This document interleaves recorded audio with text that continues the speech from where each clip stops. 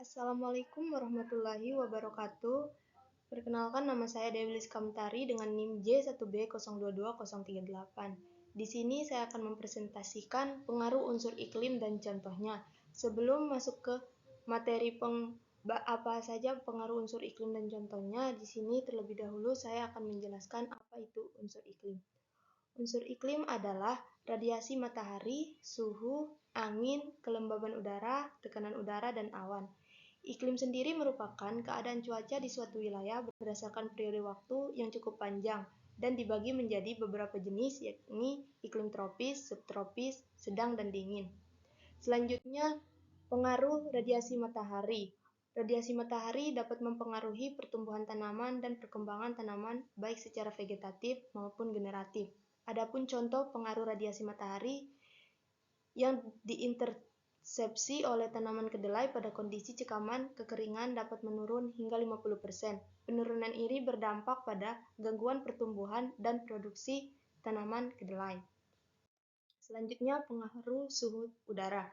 Pengaruh suhu udara pada tanaman adalah penting untuk menentukan produktivitas tanaman, khususnya tanaman pertanian. Contohnya, padi. Pada fase vegetatif, cekaman suhu rendah dapat menghambat pertumbuhan dan perkembangan padi seperti padi yang sensitif terhadap suhu rendah.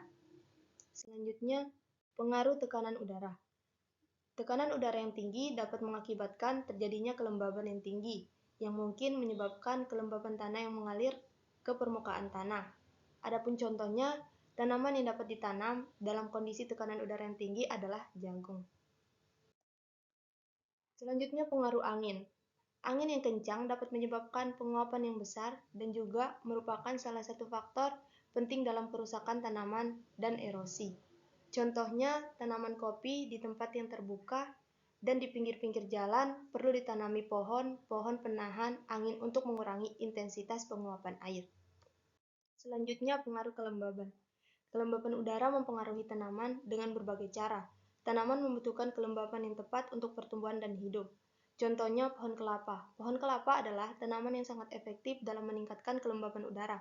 Setiap pohon kelapa dapat menghasilkan hingga 100 liter air hujan sehari, yang berpengaruh pada tingkat kelembaban di sekitarnya. Selanjutnya, pengaruh awan. Pengaruh awan pada tanaman tergantung pada jenis awan, kondisi atmosfer, dan kondisi tanah. Contohnya, tanaman yang berpengaruh terhadap awan antara lain tanaman sengon.